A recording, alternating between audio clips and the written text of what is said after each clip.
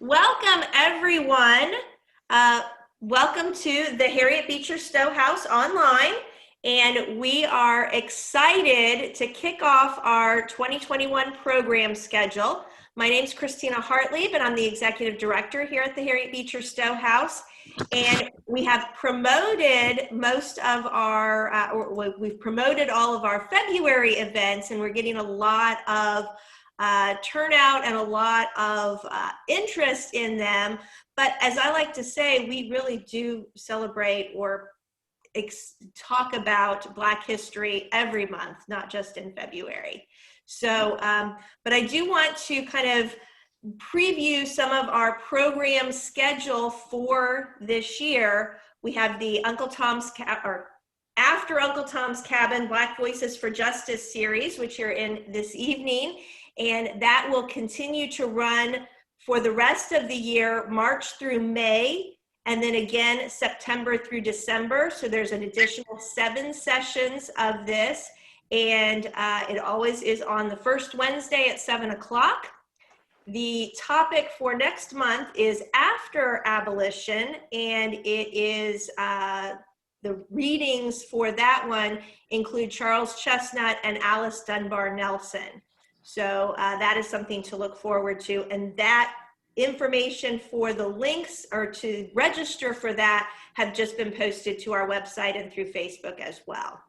And then our other discussion series, the Semicolon Club, which is a book club, and we discuss books. That takes place on the 4th Saturday every other month, and that kicks off here in February. We're actually discussing a film instead of a book.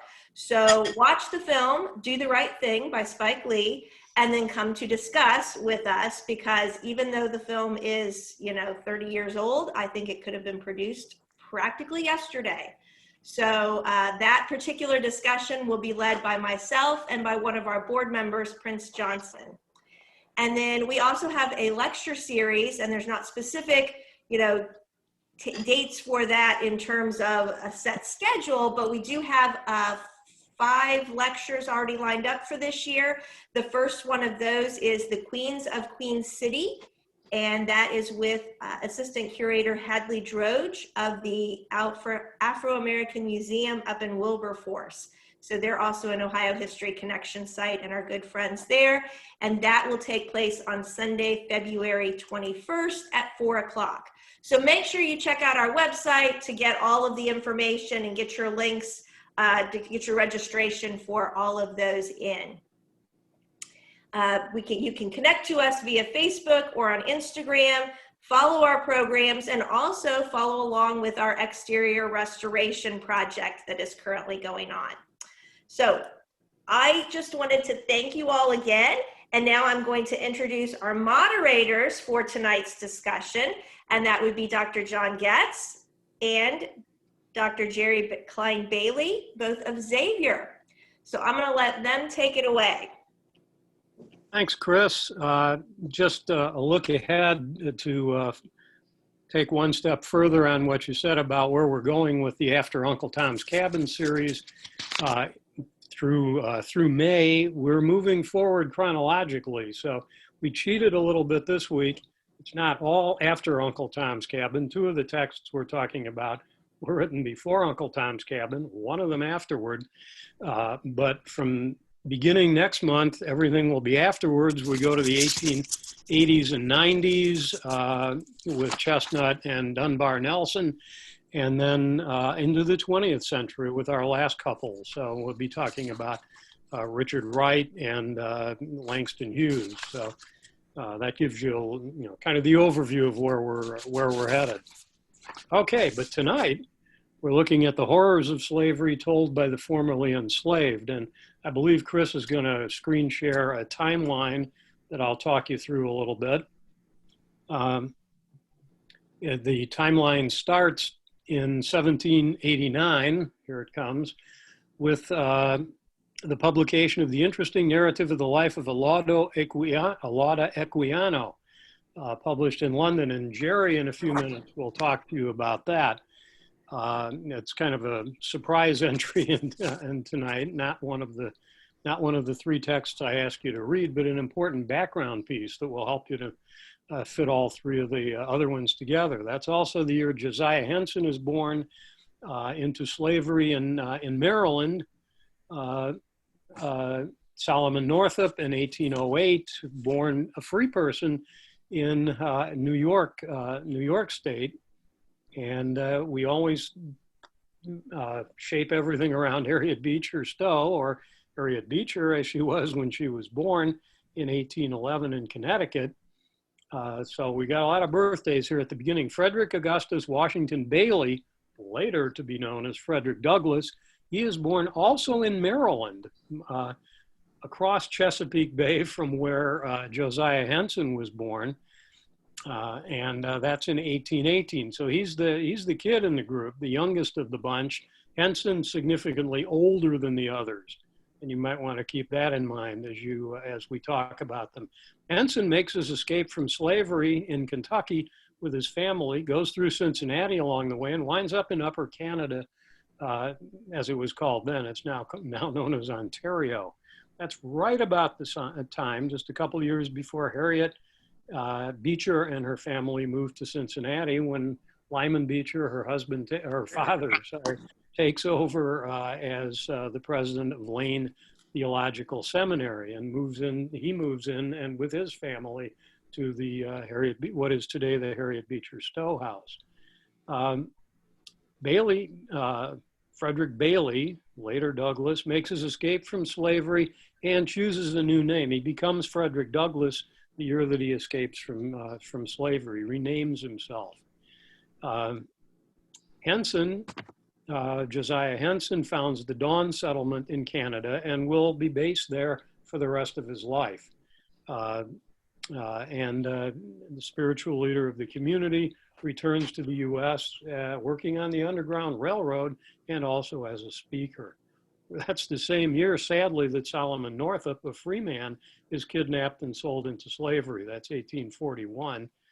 4 years later, Douglass publishes what we used to call slave narratives. Now we call them freedom narratives.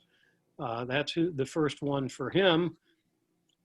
4 years after that, Henson publishes his life, his freedom narrative.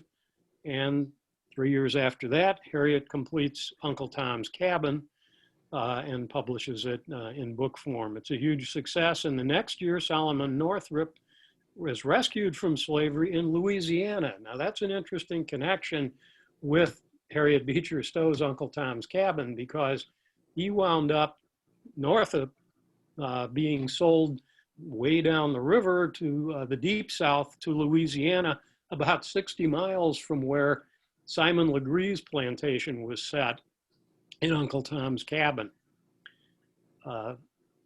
And let's see, that same year, first, it's a little confusing the way I've written it here. He's rescued from slavery in 1853, and notice he had to be rescued from slavery. He's in the deep south. The other two, Josiah Henson from Maryland escapes through Kentucky, two border states. And similarly for Frederick Douglass, he was in Maryland also. Border states, easier to get away, much harder to escape from the deep south. And you know that Northup does ponder trying to escape a few times, but he's either thwarted or realizes that it's not doable for him, really. His only hope is to get the word to the north and be rescued. Beecher Stowe, Harriet, when she's writing A Key to Uncle Tom's Cabin a year later, defending her picture of slavery, will cite both Douglass's narrative and Henson's life as source material, and she will also refer to the story of Solomon Northup. Now, he hadn't yet published 12 Years a Slave, but he got a lot of coverage in the New York Times in January, just a couple weeks after his escape or his rescue. And so she cites passages from the New York Times article as validation for her picture of slavery in 1853, defending the picture she painted in Uncle Tom's Cabin. More editions for Douglass, 1855. And then a couple much later, 1881, The Life and Times of Frederick Douglass, in 1892, yet another updated version of his autobiography. He kept writing and had quite a career as a statesman, a very public figure in the years after the Civil War. He remained very prominent. Northup, and Harriet noted Northup's efforts and wrote a preface to Henson's revised and expanded autobiography in 1858. Henson, like Douglass, continued to publish versions of his life. In 1879, Henson published the third and final edition of his life story, and notice what it's subtitled. It's titled An Autobiography of the Reverend Josiah Henson, Mrs. Harriet Beecher Stowe's Uncle Tom. By this time, he is claiming to have been the prototype for Uncle Tom in Uncle Tom's Cabin. So we can talk about that later, see what you think of that claim, whether it's justified or not. So that kind of gives you the overview of the time frame of these characters. They're all contemporaries. Douglass and Stowe, almost exact contemporaries, and Henson, the oldest of the group, but he lives quite a long time too. Sadly, Northup really disappears, drops out of sight sometime either in the 1850s or the 1860s, depending on which sources you trust. And we don't know what happened to him finally. There are all sorts of rumors and theories about that, but nobody knows for sure. Okay, well, I'm going to turn it over to Jerry at this point to talk about Laudo Equiana and get us set up for talking about the remaining of the three people that you read for tonight. Jerry?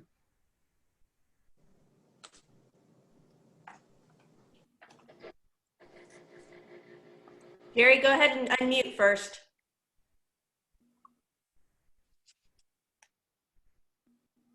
All right, can you all hear me? Great. All right, so before I talk about Equiano, I just want to say a few words about myself. You know, I was born in Freetown, Sierra Leone. Freetown is the capital city of Sierra Leone. It's on the west coast of Africa. Freetown is named for freed slaves who settled, who started that settlement there. And so there's a lot of history connection to slavery. So John was talking about how difficult it was to escape from the Deep South. Well, the story of the establishment of Freetown on the coast of West Africa, for many people started in the Deep South, in what we now call the United States. And part of the history of the American War of Independence involved enslaved Africans who, upon realizing that the patriots, as we call them, were not interested in freeing the slaves. They were only interested in their own freedom from British colonialism. Those enslaved Africans then escaped from the Deep South and joined the British and fought on the side of the British because the British promised them their freedom. And it's something that I think we should be aware of, because the way the story is told is that the patriots were the good guys. They were fighting for freedom, but their freedom, they were only fighting for their freedom, and they wanted to keep the slaves.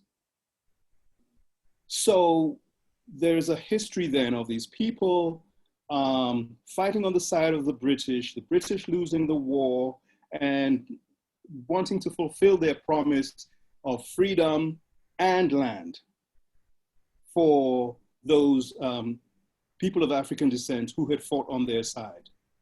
They ended up in Nova Scotia. The British promised them land in Nova Scotia. I just went there 2 summers ago, and so I'm doing some research actually I am a linguist. And so I'm kind of studying the impact of African languages in North America. And so I'm following the trail of these Africans all the way to Nova Scotia. And then trying to look at the trail, what they've left, the linguistic trail that they've left, and how it impacts language, not only in North America, but also in Africa. Because those slaves who ended up in Nova Scotia waited for the promised land, the land that they were promised by the British. For 2 years, they didn't get that land. They waited and waited, and then eventually they appealed to abolitionists in London, who then offered them land in West Africa. Right, so part of the history of my family is connected to this. So even though I was born in Africa, I have a Western name because a lot of those people who returned to Africa had lost their connections to Africa, and they went back with the names of the slave owners. Right, so my name, Cline-Bailey, doesn't show that, okay, I am indeed African, and I was born, and my parents and my grandparents were born in Africa. So this is a very interesting story to me. So now I want to just say a few words about Olaudah Equiano. Right, so Equiano, he was born in what we now know as Nigeria, Eastern Nigeria, and he was captured by, kidnapped by Africans who enslaved him when he was 11 years old. And then this was the beginning of a wild story where he ended up being sold to Europeans on the coast, seeing Europeans for the first time, thinking that they were spirits from another world. He'd never seen a European. And then he was shocked by the horrors, because even though he had experienced slavery in Africa, his family owned slaves and he was enslaved by Africans. He had never experienced the brutality of the Europeans during this process. He'd never experienced anything like the kind of brutality. So he thought that these people were actually spirits from another realm or whatever. Anyway, Equiano ended up experiencing slavery not only in North America, but also in the Caribbean, in Asia, and Europe. He was very accomplished. He piloted a slave ship. He was an Arctic explorer. And in the end, when he got his freedom, he chose to live in Europe and was part of the support system that helped this new colony of Freetown. So he was actually involved in collecting the funds to support these new settlers, these formerly enslaved people who were now free, but who needed, support, not only moral support, but also they needed supplies, and so on and so forth. So Equiano's story is a really important one, especially because it set the scene for these freedom narratives, which we're going to talk about today. So the last thing I wanted to say about Equiano is that he was the last of the freedom narrative writers in the 1700s who wrote accounts of their experiences in slavery. So he published his work in 1789, and that's a really significant year because 1789, that's the French Revolution, the start of the French Revolution, and this was all about equality and freedom and so on and so forth. So he published this work in that year. proclaiming that this French Revolution should not be just an example for Europeans, but also that Europeans should look at this slavery situation. So while peasants in Europe were clamoring for their freedom, the slaves should also the slave situation should also be looked at. And the last thing I wanted to say is that I'm really encouraged by this. I'm actually excited by what you're doing, because this issue of slavery is not just an issue in the past. We're not just looking at past history.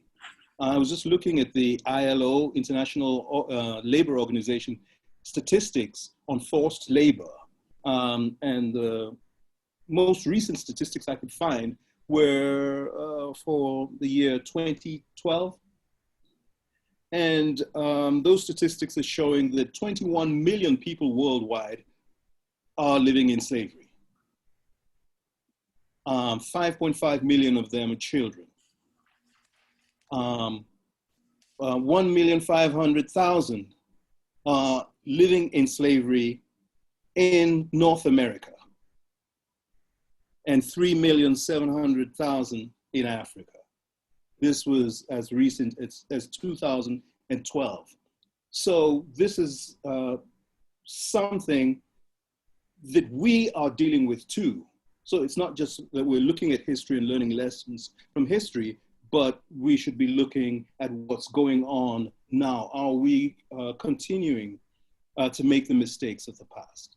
So I'll stop there and I turn things over to John. Thanks, Jerry. And now it's time to hear from you who have been listening to all of us. And one of the questions I asked people to think about, if you had a chance to do that, was what do you see as the worst aspects of slavery as portrayed in the three readings? So let's throw it open and let people speak up what you think is the worst. Obviously, these are abolitionist texts. They condemn slavery, but why? What are the particular targets they want to hit?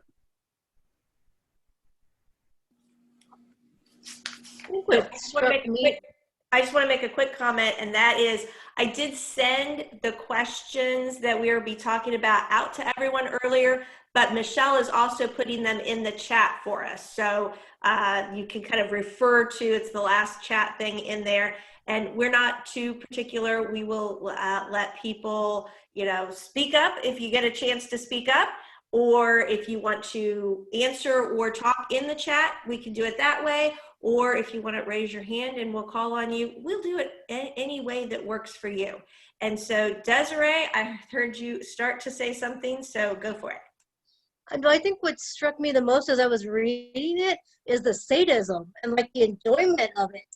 It was almost like like when they were beating the slaves and they were writing about how their masters, were generally like some of the masters were kind of nice people until they started beating them.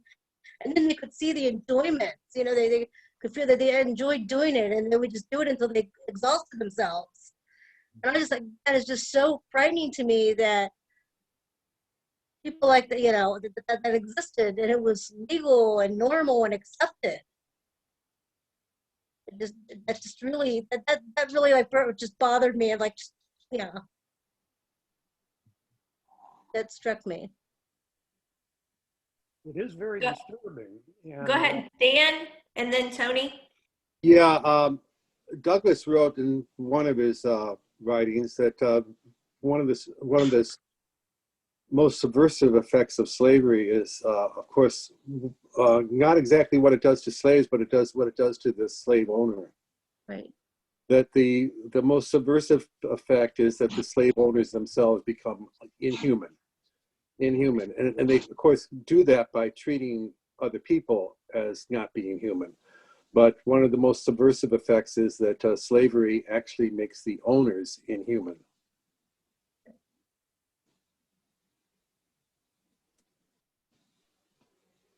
Oops, Tony, sorry. You're on mute, Tony.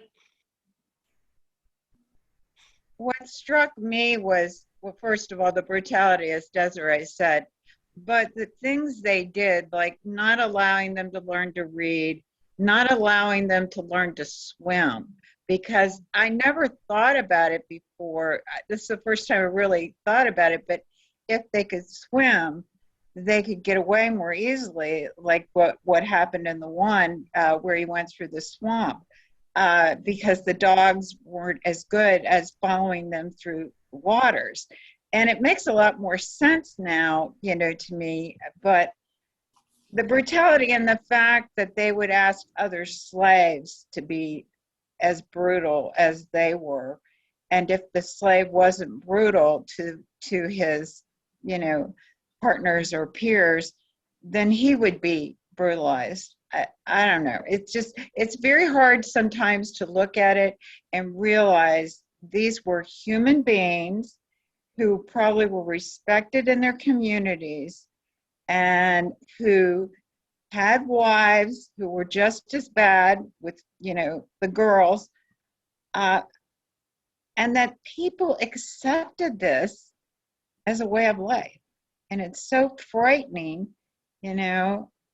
In this day and age, though, we can see how people get out of control, you know. In other times in history, we've seen it. And so, you know, it makes sense, but it's so brutal. Hi, my name's Susie McIlvain, and I was struck by when Frederick Douglass wrote in his account about how the overseer when committed a crime, and he talks about committing a crime and there was no recourse and he couldn't testify against his overseer, he couldn't institute a lawsuit. And I just found myself feeling so, oh my, you know, of course everything is horrific, but then just so powerless. I don't know why the legality of his passage there struck me, but it just really struck me that, wow, there's no recourse and no one going to help them. It looks like Christine Anderson has her hand up too. Thank you, Susie. So one of the things that I think about, I agree about the brutality and the psychological costs, both to the enslaved and to people who purported to own them, but also the separation of families. In some ways worse than the physical brutality, to not have families recognized, to separate families. You know, there are stories of slaveholders who did not tell the enslaved that they were going to separate families beforehand, because there was such a response from them. So it does seem to me that's another part of it that was really horrible. It looks like we have another hand raised, and I hope I pronounced your name right. Oralee, you want to go ahead and say something? Yes, that's me.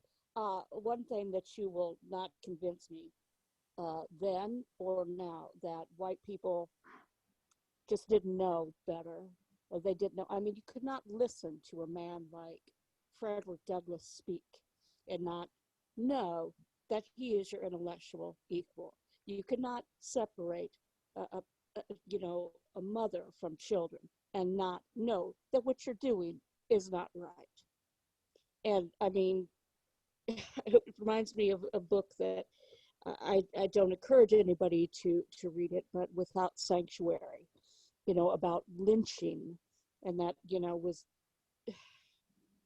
gleeful brutality, just gleeful. And you know better. And I think we know better now. I mean, there was a report today of some police in, was it Georgia, caught on their equipment, was recorded, their conversations talking about Black people, talking about Black Lives Matter protesters. It's why are we not over this yet? There's just some deep problem with whiteness, with white people. and we know better. We really do. Thank you. Carrie, you want to go ahead and go next? One of the things that I think struck me, and especially as you all are talking too, is the fact that the slave owners were denying the slaves humanity and like acting like they were not this, like obviously equal, but the lengths that they went to that should have been like, duh, they're people, like, we're not going to let them marry. We're not going to let them learn how to read. We're not going to let them swim. We're not going to let them do all these things that are just like human things that we do. And yet, you know, the whole premise was that as Black people, they were lesser and so didn't deserve, I don't know, like it just seems like everything that they worked so hard at trying to justify and legitimize what they were doing. And at the same time, it seems like a lot of their arguments kind of undermine what they're even, you know, what they're really doing. Mm-hmm. And I just want to draw your attention, Pam has put into the chat, you know, another justification that people used was the Bible.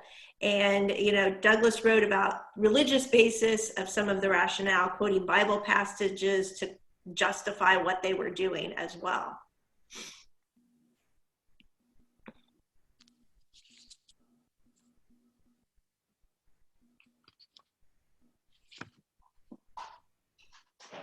All right, John, I'm gonna put it back in your court. Okay. Something that nobody brought up that I think you'll recognize once I mention it is the particular burden of women who were enslaved.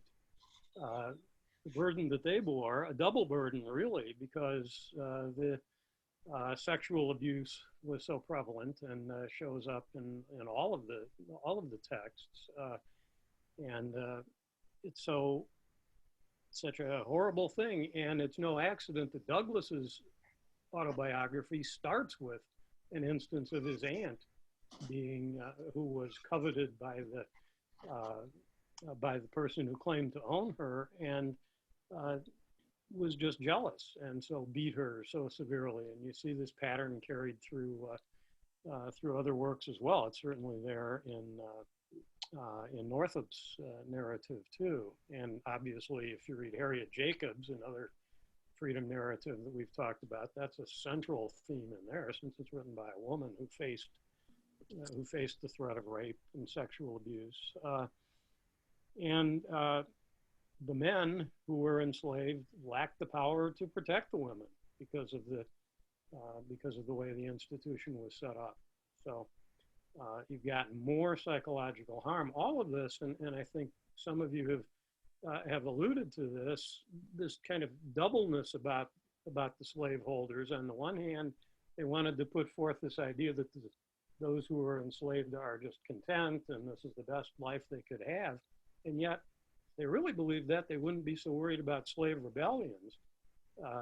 And so there's always this undercurrent of fear, and several of you said, well, they must have known better. I think on some level they sure did, or they wouldn't have been afraid of the people rebelling against them. Yeah. Okay, we have another question or comment from Ronaldo.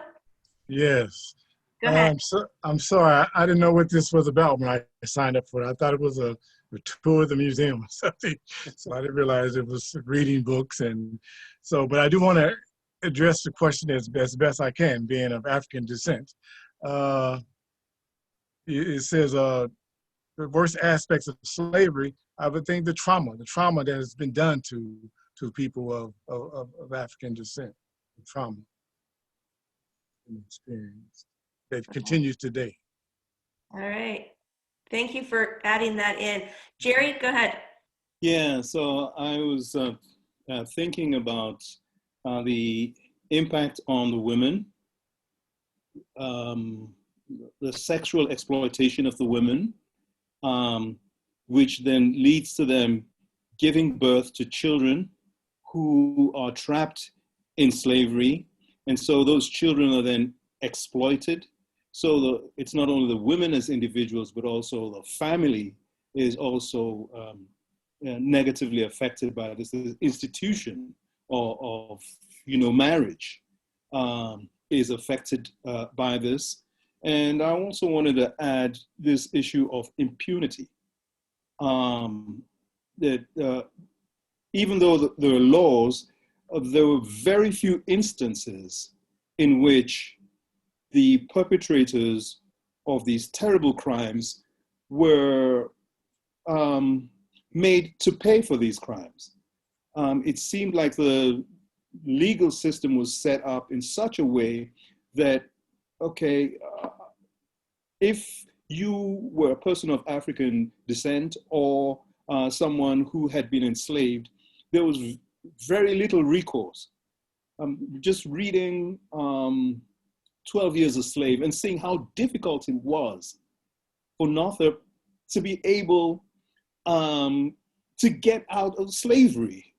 You know, he was born free, yet it was so difficult for him to get out of that situation. And we get to the end of the book and then see, okay, yeah, there is some somewhat of a happy ending, but this is 12 years of his life. And how many people could leave their family and then be able to join them after 12 years when they don't know where he is, they don't know if he's alive or whatever. And the last thing I wanted to say is there's this issue of the ubiquity of the surveillance that people of African descent were on. I was thinking about that because there's a situation that comes very vividly to my mind living in Cincinnati.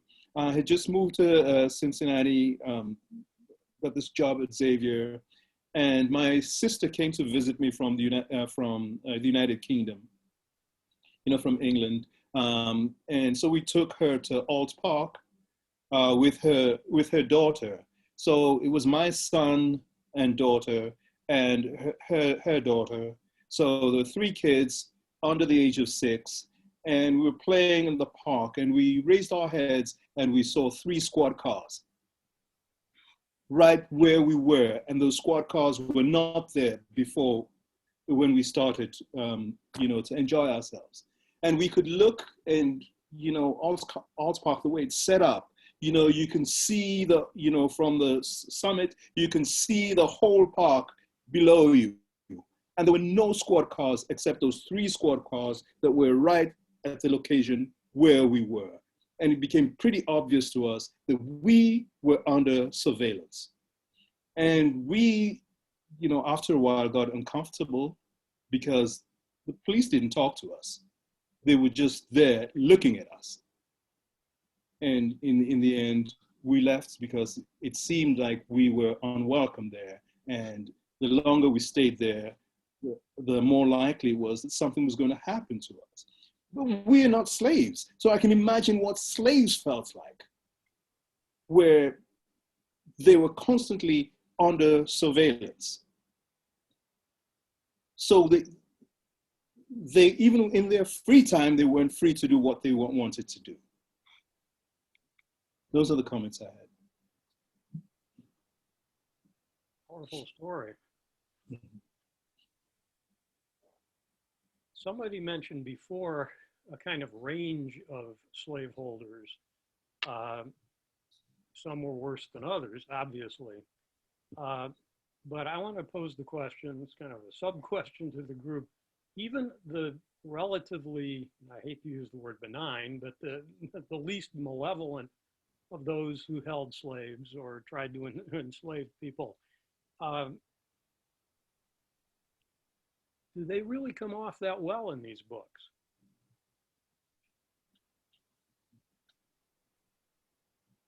There's William Ford in 12 Years a Slave, who is somebody that Northup goes to for help at a number of points. He purchased Northup originally and then fell into debt and sold him to much more malevolent holders. And yet he has gone back to him. He calls him a very, very good man. What do you think? I mean, what do you make of some of these not monstrous slaveholders, or at least they appear not to be. Chris Anderson? Oh, she needs to be unmuted, I think. I don't hate to be that person. But I don't think that we can ever forget that there are people out there, there are abolitionists saying that this is wrong, that enslaved people in actions large and small resisted the dehumanization of the system. So to my mind, there's not really an excuse for this. It's difficult. Systemic racism is intentionally hidden from us, I think. But there are people out there saying this is the wrong thing to do. So I think we have to always take that into account.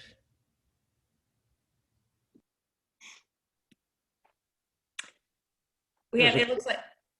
Go ahead. Aurelia again? Right. Yes, please. Go ahead. I'm going to check to see if I'm unmuted. Okay. We didn't really read this in our reading today, but I didn't finish it. I need to, the Equiano book. And one thing that just struck me is that, well, he met some good people. You know, he met some that had enslaved him, and you think, you know, okay, this guy kind of likes me, we get along well. And he seemed to always think that they're going to do right by him. They're going to let him go. You know, and he always had the belief in the slaveholders' humanity. And they never did right by him. They never did. They could never grant him humanity, but he could grant white people humanity. And that's such a hard thing to sit with, you know, it really is. I'm done. Go ahead, Kara. I was thinking with that, there's a couple things that I always tell my kids at school. And one of them is that you can't judge people just by like one part of who they are. That like everybody is not just all good or all bad. So, you know, I hesitate to be like, they're slave owners, so they're 100% bad. But at the same time, another thing I teach my kids is that we often say, oh, well, that was the time period, and that's what people believed. But I stress the Friar Bartholomew de las Casas, who in like 1500 was like, this is wrong. And originally that was about the natives, and then he said that as well about African slavery.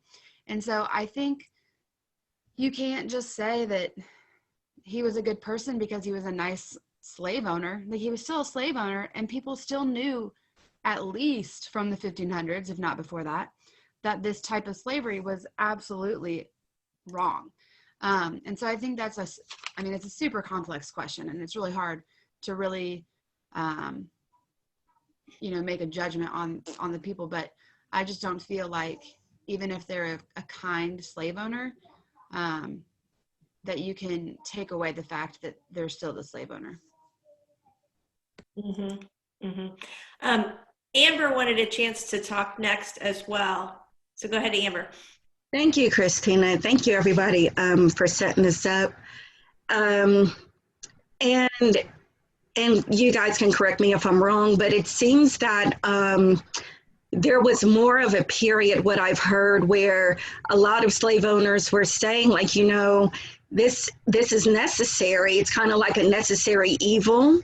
But I mean, we have to do it. Our hands are tied. I mean, this is how we make our money. Like, we kind of, but then, and this is just from what I've heard, I think only one time, where the communication got a lot more tense, and the abolitionists were definitely a bit more, in your face, and just basically calling them out on it. Like, you're saying it's a necessary evil, but it is evil, and then, so I think a lot of these people, who may be considered good or better, they may have just felt this, like, our hands are tied. This is wrong, but what else are we going to do? This is the system. So you know, I will be forgiven, perhaps. I'm trying to make a living for my family. And yeah, and I'm done. Thank you, guys. Dan, you want to go ahead? Turn your mic on. Yeah. Thank you. I wanted to say that in Uncle Tom's Cabin, Harriet portrays Simon Legree. He has no white people on his plantation, none, zero. He has threatened all of his slaves in various ways, and made some of them, you know, more superior than others. And the reason he doesn't is clearly stated that none of the people who are African American, none of his slaves can testify before him for all the crimes he commits. He purposefully doesn't want to have a white person on there because he knows that if he's taken to court, that no black person can testify against him. And he threatens two slaves into killing Uncle Tom with burning them alive, essentially, as one of the threats he gives them. So, but he purposefully has no white people on the plantation so that nobody can testify against him in a court of law. Mm-hmm. John, I don't mean to interrupt, but it is 7:45. So if you want to move on to any other questions or talk about kind of expand things in any other way, I just putting that out there. Well, so, one of the things certainly, okay, I have one quote that I want to throw in here. This is about William Ford in 12 Years a Slave, who seems like, you know, sort of a good guy. In a chapter that I didn't ask you to read, he says this, he's chastising Tibbets for being so hard on Solomon Northup. He says, this is no way of dealing with them when first brought into the country. It will have a pernicious influence and set them all running away. The swamps will be full of them. A little kindness would be far more effectual in restraining them and rendering them obedient than the use of deadly weapons. Every planter on the bayou should frown on such inhumanity. It's for the interest of all of us to do so. So there's a kind of cynical self-interest maybe at the heart of you know, complicating certainly any kind feelings that that this guy might have, I think. Hey, not to, I keep interrupting you, but there was one more hand raised. Sure. Orly, you gonna turn your mic back on? Yes. Can you hear me? Yes. Okay. This is going to a larger issue that is probably on our mind, should be on our mind. I mean, as far as these slave owners said, well, you know, what can I do? I don't agree with this. I'm own slaves. I try to be nice. What can I do? And, you know, I think maybe relating to the situation today, maybe we need to realize as white people that maybe getting rid of white supremacy is going to cost us something. Maybe we're going to have to give something up. That's it. All right, back to John. Okay.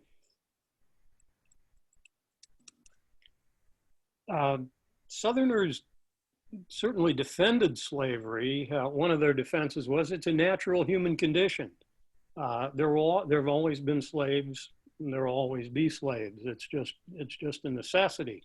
And even today, sometimes when people look back, as somebody said already, that slavery is just considered a part of those times. And sometimes you even hear the argument, well, didn't Africans actually enslave people? And I think Jerry wanted to talk about that point a little bit.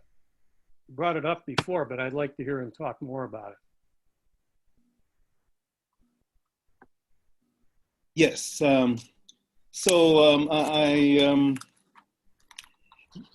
As part of my job at Xavier, would take students to Africa, would spend a semester in Ghana doing service learning. And one of my colleagues, a historian at the University of Ghana, had done some research, and she'd written this book. The title of the book is A History of Indigenous Slavery in Ghana. And I just wanted to share a couple of passages from that book. Got the cover right there. Her name is Akosua Perby. Okay, so I'm just going to read from a passage where she makes a comparison between the treatment of slaves in Africa as opposed to slaves who were enslaved in the Americas. The treatment of slaves in pre-colonial Africa depended on the owner, the family, and the household in which he or she resided. On the whole, the records portray a picture of humane treatment. Slaves were well treated, especially if they were part of the owner's family, lineage, and clan.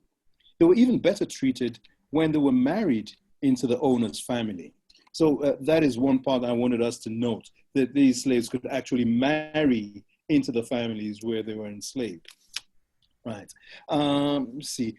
Dorma oral tradition relates that the slaves had to be kindly treated as part and parcel of one's own family, otherwise they might run away.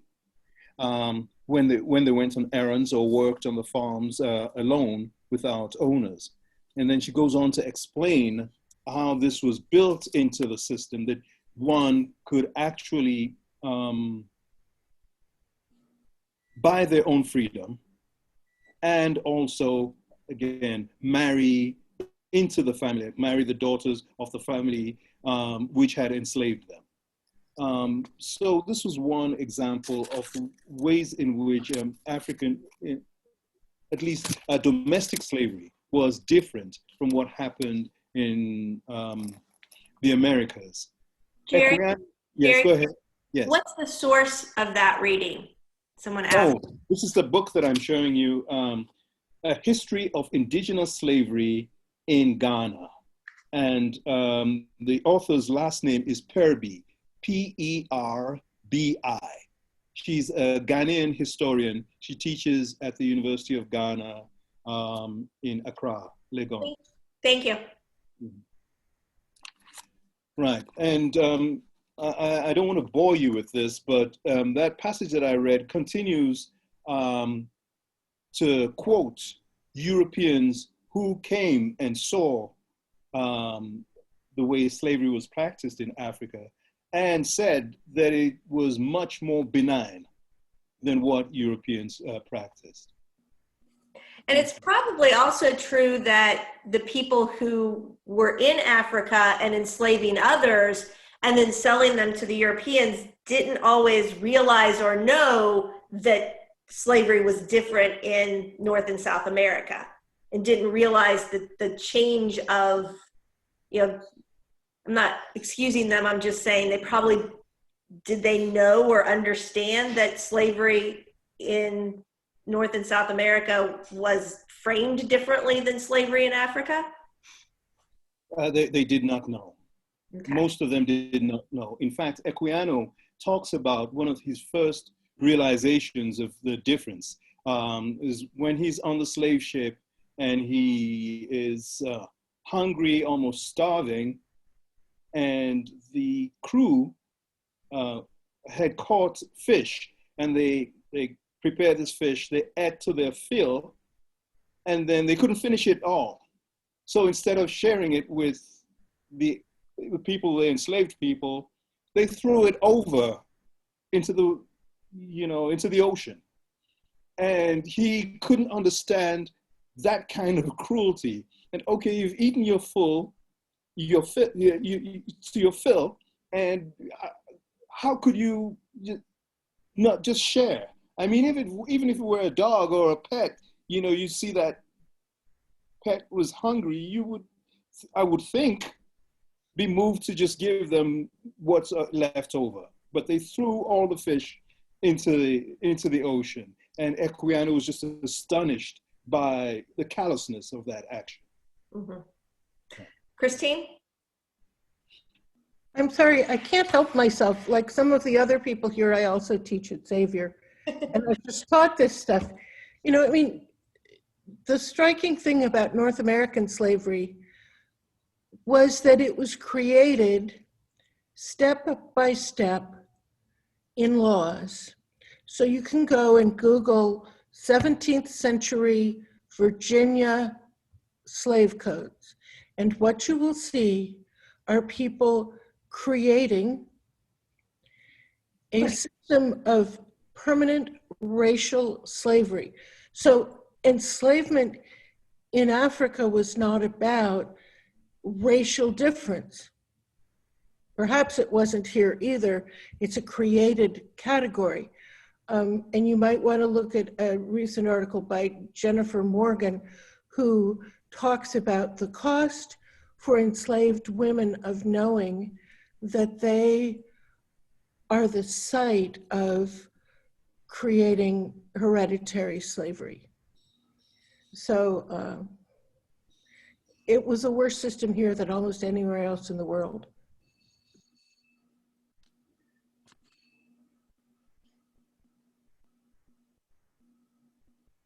All right, back to John.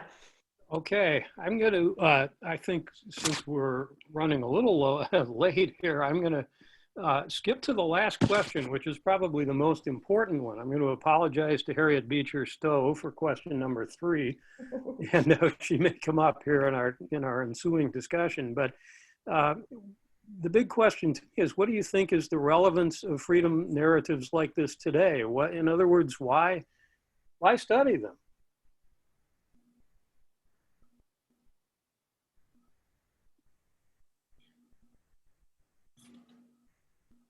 Francine, you want to go ahead and go? Yes, I find that question strange in the sense that no one asks the Jewish people, why do you study the Holocaust? Why do you document the Holocaust? It seems to me that Black people, and myself, African American, and Native American as well, and some European ancestry, why are we always having to explain every aspect of our humanity? You know, so the thing is, it's the word humanity includes everybody, white, black, green, whatever color you are. So we are studying humanity when you are studying Black history. It includes everyone. That's what I would like to say. Thank you. Dan, you want to go next? Turn your mic on. Uh-oh. Okay, how about Susie, and then we'll get back to Dan. Here, I got it. Can you hear me Okay, now? all right. Go, Dan. You can't see me anymore, but you can hear me. Yep. But I think we don't study it. That's the problem. We don't study it. I mean, and we try to make laws against studying it. I mean, there's laws in states being to stop the 1609 project. That we don't study it, and I think the reason we don't is because many people are don't want to be shamed by the past. We don't study history, I think, enough here in the United States, just as a general mode, and this is a very dark part of our history. And so should we study it? Absolutely, but I don't know how you're going to get the public to do that. All right, Susie? Thanks. I agree with Francine. As a Jewish woman, I can tell you that I agree totally that we very much continue to study Jewish history, and I for one, believe that we have to continue to study African American history as well in terms of the context of slavery experience and the ongoing discrimination that African Americans experience in every day in this country, and particularly with the tenor of what's happening in the world today. I find it even more important that we scream it from the mountaintops about the history of African Americans, because if we don't do it, who knows what will happen to our children's generation. All right, Amy, you're next. Hi, sorry about the video. So I hope I'm saying this right, because I just heard it either today or yesterday, so I want to make sure I'm saying what I'm saying correctly. but the sentiment was that African American enslaved people in America still have not been free as long as they were enslaved, which is, I think, why it's extremely important to study the firsthand account. I mean, if we were studying any other aspect of American history, our history teachers would expect us to go to the primary sources, and these are the primary sources. So I think that's why it's important. Yes, and that does make sense in terms of slavery was legal in the United States for a longer time period than it has been not legal in the United States, at least according to the 13th Amendment. Yes, thank you. That's the way to say it. All right, Desiree is next. Turn your mic on. For me, the reason that it's so important is its relationship to today.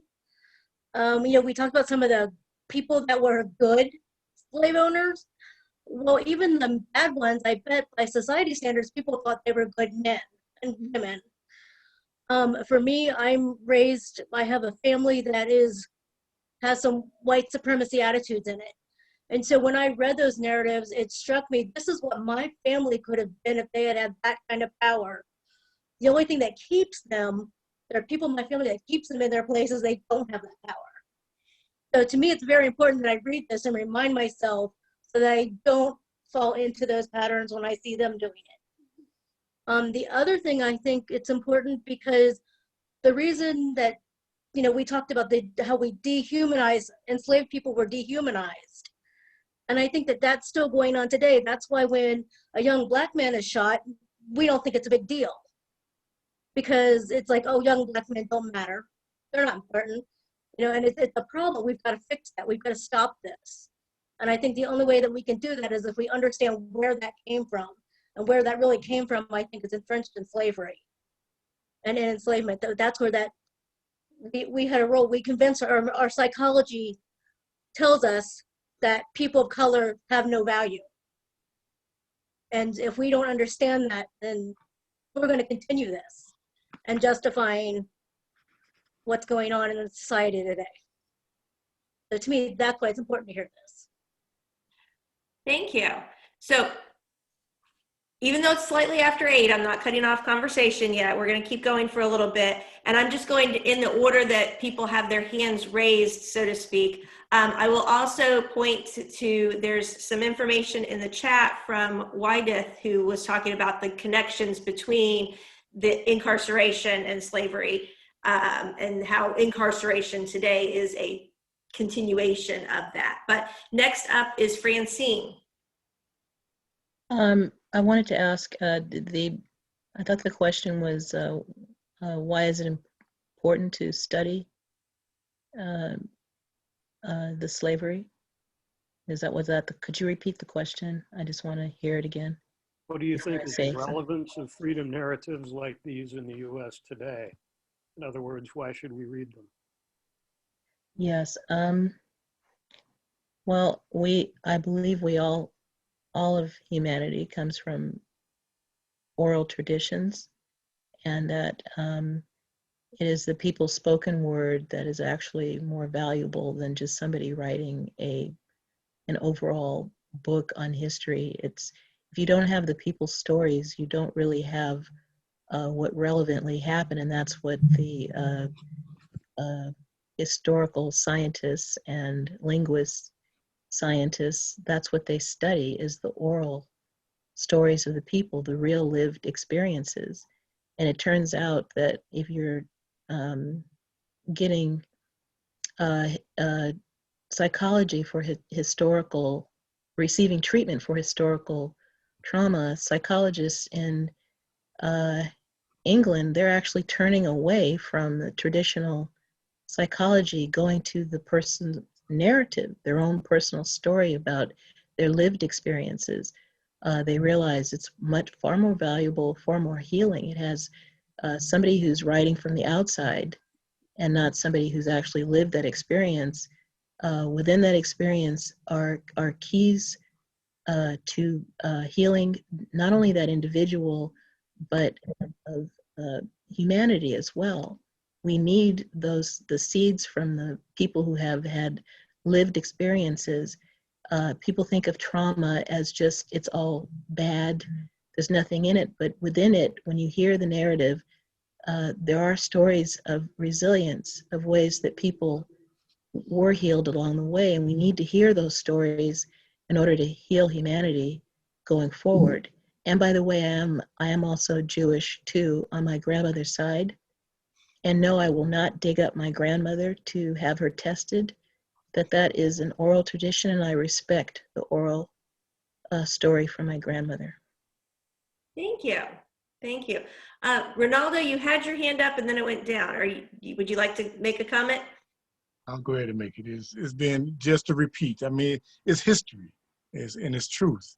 You know, we've been blinded by, you know, they, as Dan said earlier, they wanted to get rid of the 1619 project, but then they wanted to replace it with the 1776 project. You know, and so it's truth. You know, we need to know the truth, even if it's the ugly truth of America, but we need to know this truth. Thank you. Again, if you need to go ahead and go, that's fine. I understand, but we'll keep talking for a little bit. So, Orly, you were next on our list of speakers. Why should we study this now? I was raised in Iowa, actually, and I don't think my experience is that different from that many people. I mean, what I learned in high school was there was slavery. It was bad. You know, people in the South, they're really racist. They say the N-word, they were bad. Okay, but then Martin Luther King came. There was a Civil Rights Act. A racist in the South killed him, but they had the Civil Rights Act, and now racism is over. And that's what we learn in school. Many of us learn that, and people still think that today. There's no more racism. And obviously, I wish that were the case. It's not. So as to why, I mean, we need to read this now, because I don't think most of us have even read it yet. Anyway, I'm done. I've talked a lot. I'm sorry. Thank you. No, I appreciate it. Thank you. All right, John, that's all the hands I have up, but I will let you see if you want to say anything else. Yes, actually, I could give you some of my reasons for why we should read this material, and some of them have already been stated. I think we're facing, indeed, maybe the most serious problem that underlies everything we're facing today is the fact that people seem to live in such different realities. That there are two sets of facts, truths. I think it was Ronaldo was talking about the need for truth. We're right now in our culture in the same position that people were back in the days before the Civil War, trying to sort out what's really true. And the South was an immensely effective propaganda machine, putting out a picture of slavery that bore very little resemblance to reality, but made for a very effective popular image. And one of the reasons I think all three of these writers published their works is to counteract that propaganda coming out of the South. Slavery's good for everybody. It's good for the country. Slaves don't really want to be free. You know, they really are very content with what they've got. Well, Northup explicitly states that the falsehood of that view in the book. He said there's nobody anywhere who wouldn't really rather be free. They might not articulate it. They might not be able to articulate it, but they definitely want freedom. So separating fact from falsehood, the mask between the races, the limited times when Black people and white people get together like this and actually talk to each other about important issues, those times are rarer than they should be. And it goes back to the time of slavery, where those who were enslaved had to wear a mask, in effect. They couldn't be honest with with the people who claimed ownership of them, or they'd have gotten into even worse trouble. And the owners weren't honest with anybody because they kept putting out this image of how great slavery was. Other procedures, practices since then, segregation, redlining, all sorts of things, have put up barriers to where Black and white people can really engage on serious issues. A big teaching moment for me was when Jerry explained, this was several years ago, about the talk he had to have with his son about what happens if you get pulled over for a traffic stop. Yeah, I'd sort of read about that, but it wasn't real to me until he explained it. So that's that value of storytelling again, personal experience that several people mentioned. And finally, somebody else alluded to the affirmation of the courage and endurance of those who were enslaved and resisted it in whatever ways they could. That's an important story to tell. And then finally, if anybody had any doubts about the value of this, all they had to do was watch that person waving the Confederate flag in the Capitol back on January 6th. And that would tell you we haven't come nearly as far as we need to come. So let me kick it over to Jerry if he has closing comments. Yeah, so I wanted to say that I am an immigrant to the United States. Before coming to the United States, what I read from the history books was that slavery ended, with the end of the Civil War, and that since Martin Luther King, everyone was equal in the United States. And I was really shocked that even churches were segregated in the United States. I was a Christian before I came to the United States. I walked into one church and it was just like, okay, everyone here is Black. Well, let me see if I can find another church where, there's integration.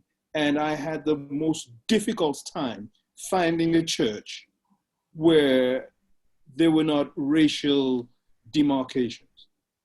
And this was just one of several shocks that I had, in my first few years of living in the United States, of this racial issue. And so when we read in our history books that slavery is over and people repeat the mantra that, slavery has been gone for over a century, no one alive today ever experienced slavery, I feel like if we read these accounts, we can see that these accounts are prescient. These are things that are happening today, So a Black man, Northup, he was born free, yet he couldn't walk in the South without having to show a pass. And he's constantly under surveillance. And that's the life I live today. As a Black man, I'm constantly followed. The other day, I was followed all the way home because I'm driving an Audi. The police officer was driving in the opposite direction. He locked eyes with me and he turned around and followed me all the way home.